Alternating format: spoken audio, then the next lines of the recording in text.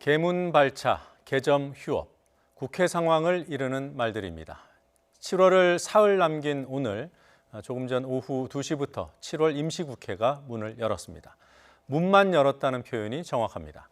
한국당이 원하는 원포인트 안보국회는 어떤 모습인지, 일단 국회를 열었으니 다른 현안 처리도 가능한 것인지 등이 궁금합니다. 여야 1대1 미니토론, 기동민 더불어민주당 의원, 최이배 바른미래당 의원 나오셨습니다. 어서 오세요. 예, 네. 안녕하십니까. 안녕하세요. 네. 자, 법안 처리 못한 지 오늘로 115일이더군요. 거의 넉 달인데요. 자, 두 분은 20대 국회 법안 처리율이 얼마나 되는지 알고 계십니까? 기 의원. 보도를 통해서 네. 자료를 통해서 봤는데요. 네. 채 25%가 안 되더라고요. 그러니까 과거에 비해서 좀 떨어져 있다 이런 통계를 주셨는데 면목이 없는 건 사실이고요. 다만 수평 비교할 수는 없을 것 같아요. 네. 그러니까 16대 국회나 17대 국회 같은 경우는 법안 이 제출 빈도 자체가 현격하게 좀 떨어졌고요. 이제 18대 이후부터 대단히 좀 빈도수가 늘어난 것이고 그만큼 의원들의 의정 활동이 좀 활발해진 측면이 있습니다. 네. 그렇지만 그렇다고 해서 법안 처리가 덜 된 것이 면피 사유는 되지 않을 거라고 생각하고요. 이제 불과 한 8, 9개월밖에 안 남았는데 속도를 좀 더 내야 될 것 같습니다. 그러니까 발의한 법안 대비 처리한 법안, 이게 이제 법안 처리 비율이죠. 비율이죠. 지금 기 의원께서는 물론 이제 문제가 있다고 말씀하시면서도 분모가 늘어난 점도 고려가 돼야 된다고 하신 거잖아요. 그런 상황을 제가 네. 말씀을 드리는 거지 네. 그것 때문에 저희들 놀지 않았습니다. 이렇게 강변하는 건 아닙니다. 예, 알겠습니다. 그러니까 정확히는 27.6%더라고요. 예. 의안과에서 확인해 준 게. 네. 누구 때문입니까? 모두의 책임이라고 생각합니다. 특히나 올해 들어서 그 국회가 결국 일하지 않는 날이 너무 많았고 예. 그 과정에서 결국은 이제 1월 달을 생각하면 1월 달에는 오히려 민주당이 국회를 여는데 굉장히 소극적이었고요. 당시에 이제 오히려 청와대의 어떤 그런 그 책임들을 묻는 것을 방어하기 위해서 민주당이 회피했다면 2월 달부터는 또 이제 한국당이 이제 장외로 나가면서 본격적으로 이제 국회가 돌아가지 않았고 그 예. 이후에 이제 패스트트랙 과정과 여러 가지 절차를 거치면서 결국 여기까지 정말 일하지 않는 국회의 모습으로 비춰졌던 것 같고요. 그런 면에서는 여야 모두 네. 공이 다 책임이 있다라고 생각합니다. 특히나 이제 남은 기간 동안에 과연 그럼 잘 할 수 있을까라고 생각했을 때 그거 역시 지금 불투명한 상황이어서 예. 굉장히 좀 국민들 보기 부끄럽고 어떻게 하면은 조금이라도 일하고 성과 내는 국회 만들 수 있을지 같이 좀 여야가 머리를 맞대고 좀 협치에 대한 노력을 더 해야 된다 생각합니다. 예. 오늘부터 7월 국회 시작은 됐습니다. 이게 이제 시작이 한국당과 바른미래당이 이른바 이제 원포인트 안보 국회를 요구해서 열리게 된 거잖아요. 네. 그 원포인트 안보 국회에 대한 민주당의 입장은 뭔가요? 저는 원포인트 안보국회가 무슨 말인지를 잘 모르겠습니다. 아, 그래요. 네. 그러니까 임시국회를 소집하면 한 달인데 지금까지 일하지 못했기 때문에 추경 등을 포함해서 외교 안보에 문제가 있다고 외교 안보 문제들까지 그리고 산적한 민생 현안 입법까지 전부 다 처리하기 위해서 국회를 소집합시다. 예. 이렇게 얘기를 하면 그동안에 이 놀고 먹었던 이런 이 국민들의 따가운 시선을 극복하기 위한 충원이겠구나 이렇게 생각을 하는데 원포인트 안보국회를 열자 이렇게 얘기를 하니까 이건 그냥 그야말로 일하는 국회 그리고 일하는 야당의 흔적을 만들기 위한 알리바이용 아니냐 이런 의심이 첫 번째 들고요. 두 번째는 지금 패스트트랙 관련해서 한 100명이 넘게 의원들이 지금 고소고발이 되어 있는데 예. 한 3차례 정도 지금 소환에 불응하고 있는 거거든요. 강제 수사를 검토할 수 있는 그런 시점이 되었는데 이렇게 원포인트 안보국회를 빌미로 해서 국회를 열어놓으면 예. 그 강제 수사를 할 수가 없어요. 당연히 그러면 방패막이 하려고 이렇게 국회를 연 거 아니냐라는 국민들의 따가운 질책을 받을 수밖에 없습니다. 예. 그래서 이왕 열 거면 추경 그리고 안보 문제 그 민생 현안 문제, 산적한 여러 가지 현안들을 한꺼번에 다룰 수 있는 정상적인 국회를 추진하는 게 옳지. 네. 뭔가 하나의 알리바이를 만들기 위한 분위기 조성령의 원포인트 국회, 혹은 국민들이 다분하게 법을 지키지 않은 사람들이 이제 경찰의 소환에 불응하기 위한 그런 방패막이 국회를 소환하는구나, 다시 한번 추진하는구나, 이런 의심을 살 수 있는 이런 국회에 대해서는 좀 동의할 생각이 없고요. 네. 좀 더 분명하게 목표를 내건다면 그런 부분들에 대해서 진지하게 고민해볼 의향이 있다 이렇게 말씀드리겠습니다. 예. 그 원포인트 안보국회가 일종의 방탄국회 성격도 있다라고 짚어주셨는데 예. 한국당이 먼저 제안했을 때 바른미래당은 좋다, 일하자 이렇게 반응을 내놨습니다. 어떻게 일단은 이해를 하신 겁니까? 지금까지 국회가 열리지 않는 가장 큰 이유 중에 하나가 이제 국방부 장관의 해임 결의안을 이제 야당에서 내겠다라는 것 때문에 여당에서 그거는 받아들일 수 없다. 네. 그러니까 추경이 너무나 급하고 추경이 중요하다라고 하지만은 국방부 장관 해임건과 같이 국회에서 논의되는 것은 불가하다라는 입장이었기 때문에 국회가 예. 돌아가지 않았습니다.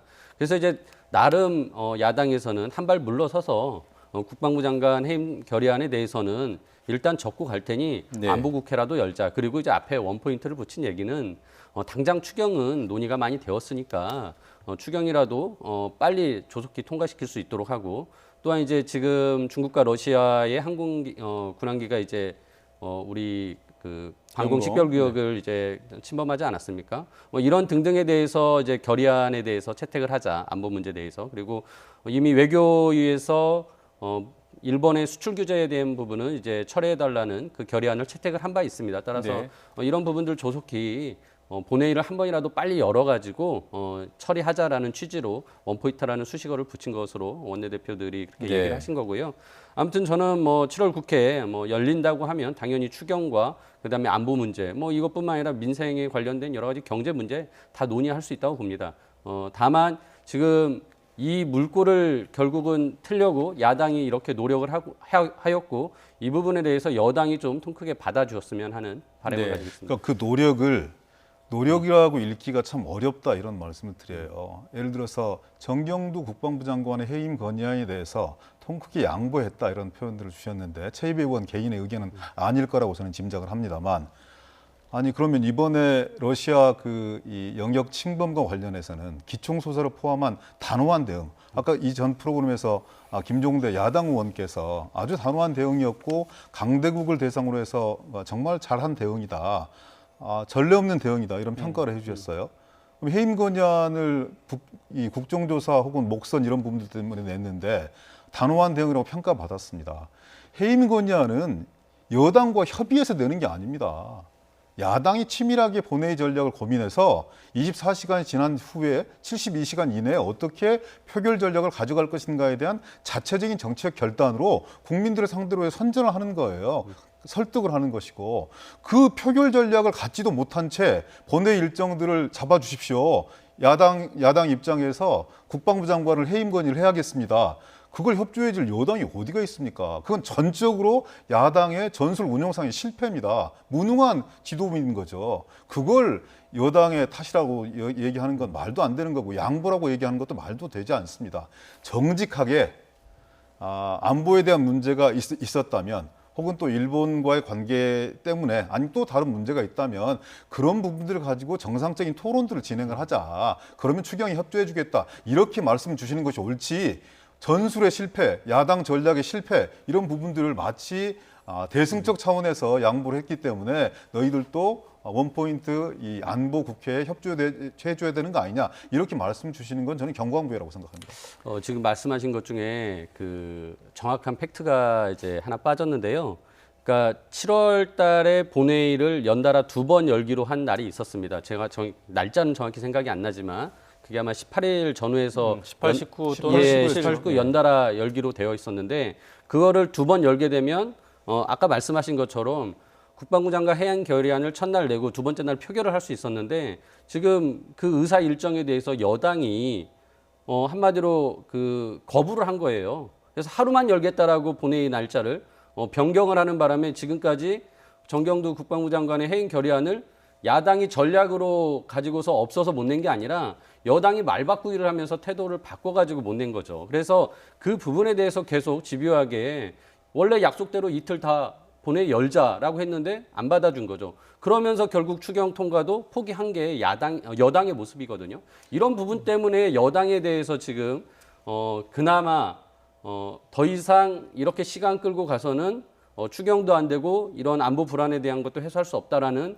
우려를 오히려 야당이 더 크게 하기 때문에 한 발 물러서고 안보국회를 원포인트라도 열자라고 제안을 예. 드린 겁니다. 그래서 이 부분에 대해서 여당이 통 크게 좀 받아줬으면 한다라는 말씀을 드린 겁니다. 사실관계니까요. 예, 그 18, 19일 합의했습니다. 예, 3당이 합의했어요. 그 합의문을 걷어 찬 세력이 어딥니까? 바른미래당이 아니라 자유한국당 의총에서 3당 합의 사안을 걷어 찼어요. 본회의 일정을 더불어민주당이 그 이 해임 건의안을 저지하기 위해서 합의한 대로 진행하지 않은 것이 아니라 합의한 본회의 일정들을 나경원 원내대표를 포함한 자유한국당 의원님들이 걷어찼어요. 사실관계를 명확히 합시다. 자, 그러면은 그 7월 18일, 19일 본회의에서 무슨 안을 내든 간에 그거는 이제 야당이 알아서 할 몫이고. 네. 그런데 민주당 입장에서는 기존의 합의가 파기된 마당에 18, 19일 본회의에 동의해 줄 이유가 없었다라고 얘기하시는 거죠? 뭐 당연하죠. 네. 네. 이렇게 정리해도 되겠습니까? 예, 예. 네. 자, 여하튼 간에 이제 그 야권에서 국방장관 해임 결의안 얘기는 안 나오고 있어요. 그것도 사실이고요. 네, 자, 그러면 사실만 정리하자면 7월 국회가 열렸습니다. 네. 그리고 야권에서는 안보와 관련된 결의안을 채택하기를 원하고 있고, 그리고 그 외통위에서 통과됐던 예. 대일본 결의안도 본회의에서 이제 처리하자고 하고 있는 거고요. 네. 여당은 추경도 함께 하자라는 의견인 거고요.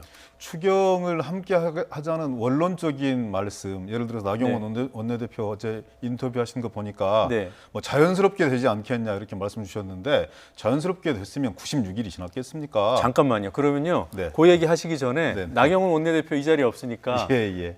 어떤 얘기를 어떻게 했는지 구체적으로 좀 듣고 가보겠습니다.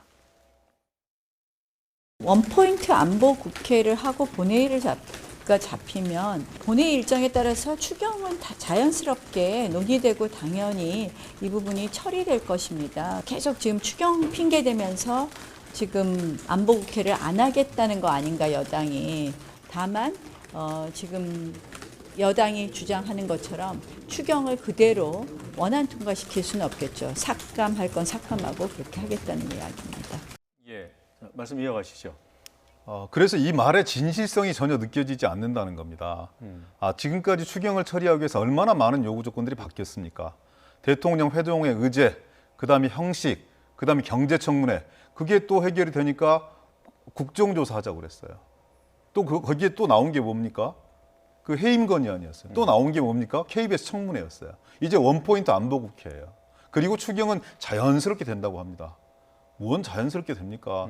확답을 주십시오. 추경을 언제까지 어떻게 처리하겠다. 어제 우리 윤우덕 예산결산특별위원회 간사가 기자회견했어요. 그 말도 안 되는 예산이다. 그리고 설명도 없다. 그리고 이 내부적인 세부 항목이 없다. 이렇게 자유한국당에서 주장을 주셔서 사실을 확인해 봤더니 정부 관료들이 전부 다 준비를 해서 의원님들께 보고를 드리려고 하는데 시간도 잡아주지 않은 채 그렇게 말씀을 주시고 계세요. 진위를 믿을 수가 없습니다. 안보 문제 불안하다면 그리고 다루어야 될 것이 있다면 당연히 다루지요. 상임위를 통해서든 예를 들어서 외교통상위원회는 잡아야 될 거고요. 국방위원회는 잡아야 될 네. 거고 때에 따라서는 운영위원회는 잡아야 될 거라고 생각합니다. 얼마든지 할 수 있는 의향이 있고 당연히 힘을 한 곳으로 모으기 위해서 해야 된다고 생각합니다. 그리고 쌓여있는 민생 현안들 그리고 법안 처리 실적 27%밖에 안 됐다고 하고 본회의에서 법안 표결한 지가 넉 달이 넘었다고 하는데 왜 원포인트만 합니까? 뭐 3포인트든 4포인트든 다 해야 되는 거죠. 본회의 잡아서 할 수 있을 만큼 최선을 다 하자고요.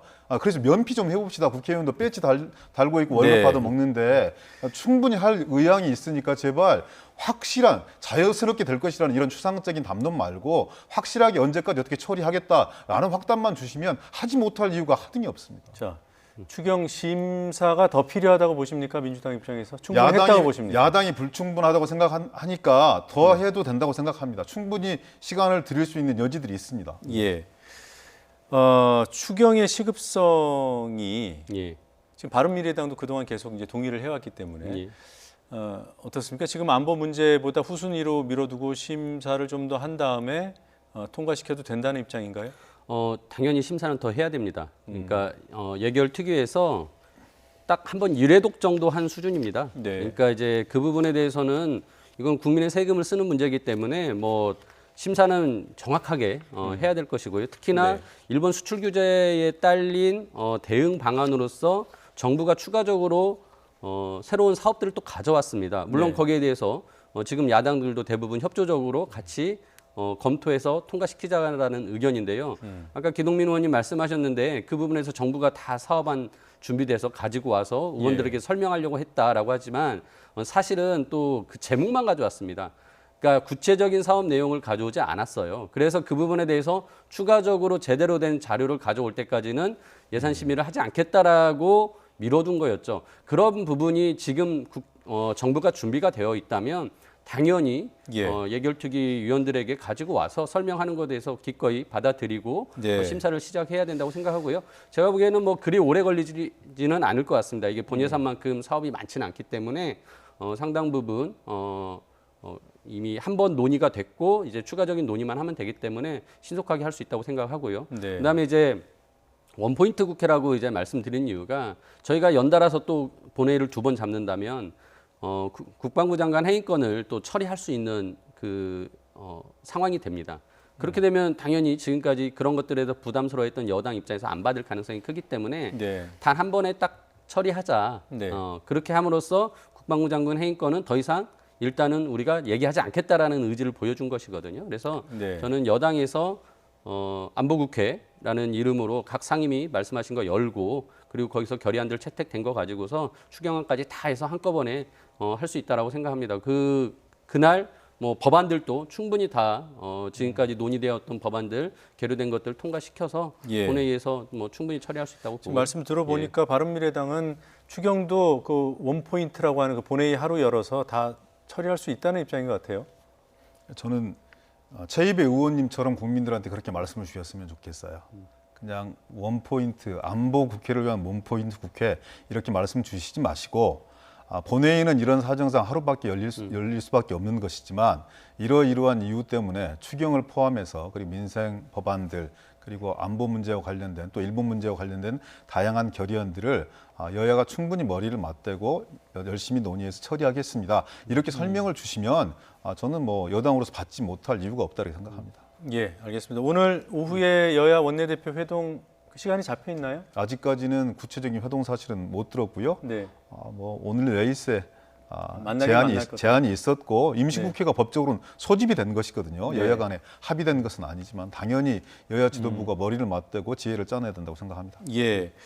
자, 뭐 이 얘기하신 그런 안보 문제 중에서 지금 한일 갈등 문제가 상당히 비중 있는 사안 아니겠습니까? 예. 뭐 경제와 관련된 부분이긴 합니다만 일단 저희 YTN에서 한일 관계를 어떻게 풀어야 할 것인가를 놓고 여론조사를 좀 해봤습니다. 네. 결과 보고 얘기 나눠보겠습니다.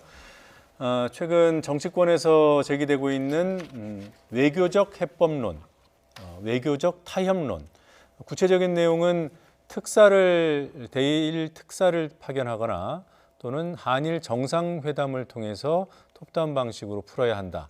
이런 외교적 타협론에 대한 찬성이 40.8%로 나왔고요.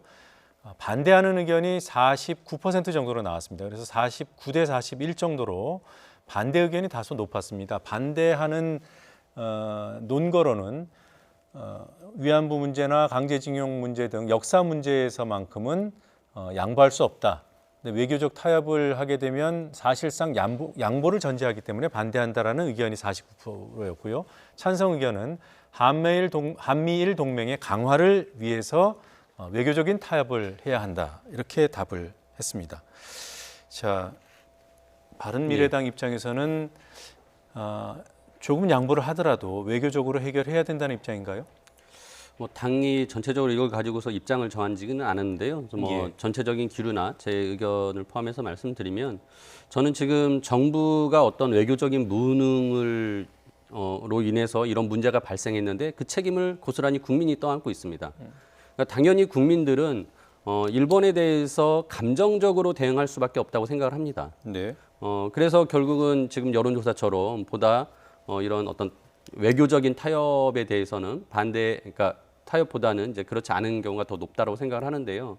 근데 결국 이 문제는 저는 경제적인 어떤 보복이지만 결국 이 경제적인 보복 문제를 경제로만 풀 수가 없습니다. 아주 현실적으로 결국은 정부와 정치권은 이것을 외교적으로 풀어야 된다고 생각을 합니다. 그것을 전제로 하지 않고 정부와 정치권 모두 다 감정적으로 대응한다면 결국은 이 문제에 있어서 아주 장시간 동안에 우리가 WTO 가서 승소를 하더라도 그 과정에서 경제적인 피해는 고스란히 우리 국민들이 또 떠안을 수밖에 없다. 예. 그래서 이 부분에 대해서는 조금은 정부와 정치권은 객관적인 시각을 가지고서 좀 차분하게 대응을 해야 된다라고 생각하고요. 지금 정부가 WTO 가서 나름 일반 이사회에서 국제적인 그 여론을 굉장히 잘 만들고 왔다고 생각합니다. 이렇게 겉으로 하는 것도 잘하고 또 물밑 작업도 열심히 해야겠죠. 그리고 뭐 우리 이제 손학규 대표가 제안했던 것처럼 뭐 일본의 특사를 파견하는 등의 이제 또 구체적인 그런 노력들도 정부가 준비하고 있어야 된다고 생각을 합니다.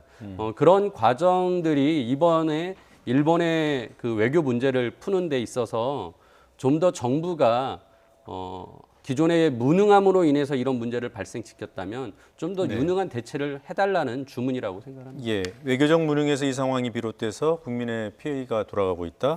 또 감정적으로 대응해서는 안 된다라는 말씀에서는 어떤 외교적 해법이 아닌 다른 방법을 모색하는 것이 감정적으로 흐를 위험성을 또 짚어주신 것 같아요. 어떻게 보십니까? 제가 대체적으로 지금까지 최이배 의원님의 견해에 동의했었는데 외교적 무능으로 인한 참사 이런 말씀 들으니까 감정이 확 솟아오르는데요. 정부가 외교를 잘했다 이런 말씀을 먼저 드리고 싶지는 않습니다. 네. 다만 이 문제가 자칫 민간인에 대한 징용 배상 판결을 대법원이 진행한 것을 삼권 네. 분립이 엄존하고 있는 대한민국 사회에서 과거 정부 시기에 일본과의 외교 마찰이 두려워서 양승태 대법원장과 정부 당국 간의 부적절한 거래에 대한 사면 행위로 비춰지지 않았으면 좋겠습니다. 외교적 무능으로 일어난 일들이 아니라요. 일본 정부의 과도하고 무리한 그런 보복 조치, 경제 침략 행위 이런 부분 때문에 일어난 것입니다. 그 이후에 정부 대응이 어땠느냐에 대한 평가를 주시는 건 제가 감내할 수 있는데 그 원인을 정부의 외교적 무능으로 말씀 주시는 건 적절치 않다 이렇게 말씀드리고요. 저는 좀 냉정하게 바라봐야 된다는 부분들에 대해서는 동의하는데 머리는 차갑게 좀 비우되 가슴 속에서는 좀 뜨거운 분노가 있었으면 좋겠어요. 정치권도 저는 뜨거운 분노가 좀 있었으면 좋겠습니다. 그리고 여기에 대한 책임의 문제는 좀 엄격하게 가렸으면 좋겠습니다. 힘을 총동원할 수 있는 지혜를 좀 발휘해 주셨으면 좋겠습니다. 때릴 건 때리고 비판할 건 비판하되 지금은 정말 동북아 질서가 새롭게 재편되고 있는 그런 과정이거든요. 고전적인 한미일 동맹 혹은 뭐 이 북중러의 어떤 이 대륙세과의 동맹 이런 틀에서도만 바라볼 수도 없는 그런 엄격한 상황들이 펼쳐지고 있는 그런 문제이다 저는 이렇게 생각해요. 동북아의 질서가 새롭게 짜져지고 있는 과정 속에서 일본의 아주 치밀하고 계획된 그런 의도적 도발이기 때문에 이런 도발 문제가 저는 단기간에 끝나지 않을 것이라고 생각하고 냉철하게 생각하되 긴 안목을 가지고 긴 호흡을 가지고 이 문제를 대할 수밖에 없는 것이다. 그래서 정치권이 비판할 부분은 비판하되 이런 거시적인 안목을 가지고 짧게 움직이는 파도를 볼 게 아니라 크게 일렁이는 해류가 어떻게 형성될 것인가를 가지고 지혜를 모아줘야 된다. 이런 문제와 관련해서는 정말 초당적으로 언론까지를 예. 포함해서 우리의 힘들을 모아내는데 좀 이렇게 지혜를 모아야 되는 시점 아니냐 저는 예. 당부를 좀 드리고 제가 싶은 이제 것이죠. 무능을 말씀드렸던 이유가 일본 징용 배상 판결 이후에 경제적 보복이 예상이 된다라는 전문가들의 예측이 많이 있었습니다. 그러니까 굉장히 어떻게 보면 수개월 동안 정부가 그것을 준비할 수 있었어야 되고 이런 문제가 안 생기게 만들 수 있었어야 되는데 결국은 이 문제가 생겼죠. 그러니까 물론 이 부분에 대해서는 그동안 이 배상 판결 이후에 정부가 어떤 노력을 했는데도 불구하고 일본이 이렇게 막무가내식이다라고 하는 것을 만일 보여주신다면 정부가 무능하지 않았다라고 얘기할 수 있겠는데 그런 노력들이 하나도 없었습니다. 강경화 외교부 장관께서 이제 스터디를 하겠습니다라고 했다는 거예요. 그 당시에 이런 문제들을 전문가들이 문제 제기했을 때 준비가 안 돼 있다라는 걸 스스로 자인했던 그런 게 있었기 때문에 그래서 이제 외교 라인에 대한 어떤 무능에 대해서 말씀드리고 저희 당에서는 이제 외교 라인에 대한 교체까지 필요하다라는 예. 걸 말씀드렸고요.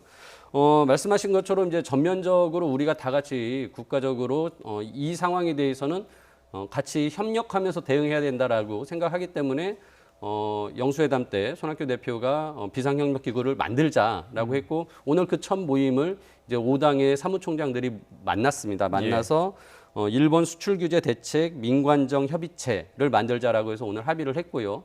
그래서 뭐 구체적으로 이제 그것에 대한 이제 모양을 지금 만들어 가고 있습니다. 그래서 저는 일본 문제에 대해서는 정부와 정치권, 또 정치권에서는 여당과 야당이 있습니다.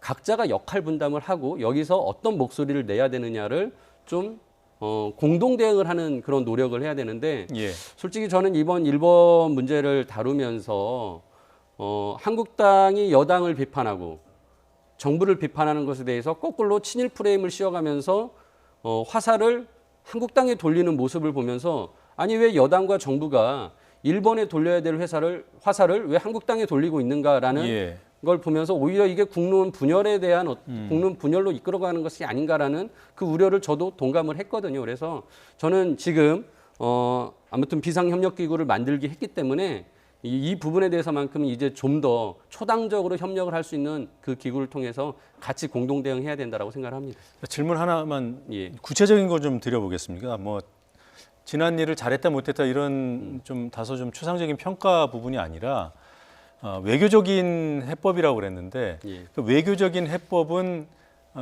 우리 정부는 대한민국은 일본을 향해서 어떠한 조치도 취하지 않고 이른바 타격을 줄 수 있는 불이익을 줄 수 있는 어떤 조치를 취하지 않는다는 전제 하에서만 가능한 겁니까? 아니죠. 그렇지는 않습니다. 그러니까 지금 일본이 자기네 기업도 수출 규제를 함으로써 피해를 받고 있습니다. 네. 당장 그 반도체 관련된 재료를 수출하던 회사는 수출을 이제 못 하게 되는 거거든요. 그건 이제 일본 조치 때문에 그렇게 일본이 생긴 스스로. 거죠. 예. 그러니까 결국은 이런 서로에게 그러니까 이 경제 보복을 하기 시작하면 서로 피해를 보기 마련입니다. 예. 그래서 이 부분에 대해서만큼은 조금 더 그런 경제적인 관점이 아니라 외교적인 관점으로 풀어야 된다고 생각을 하고요.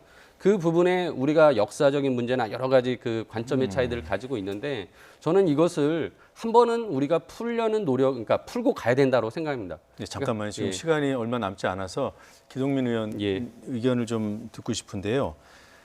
화이트리스트, 그러니까 이른바 이제 백색 국가에서 배제하는 결정이 곧 나온다고 하지 않습니까? 그럴 경우에 우리 정부는 어떻게 해야 됩니까? 그러니까 맞대응을 할 수 있습니까? 8월 2일로 예상이 되어지는 거고요. 그 이후에 또 한 20일 정도의 소요 기간이 준비 기간이 필요하다 이런 보도들이 나오던데요. 우리가 WTO 제소를 할 예정이잖아요. 그리고 WTO 제소를 한다고 하는 것은 WTO의 규범을 준수한다는 얘기고 네. 일본은 무자비하게 세계 자유무역 질서를 훼손하면서까지 경제 침략 행위를 자행했지만 우리는 그 규범 내에 있기 때문에 이것이 WTO의 무역협정에 위반된다라는 그런 판결을 얻기 전까지는 똑같은 맞대응을 하는 것이 금지되어 있는 것이죠. 그래서 일본이 자행한 이런 문제들에 대해서 눈에는 눈, 이에는 이, 심정적으로는 모든 것을 다 동원하고 싶지만 예. 그래서는 안 된다는 그런 판단들을 가지고 있는 것이고요.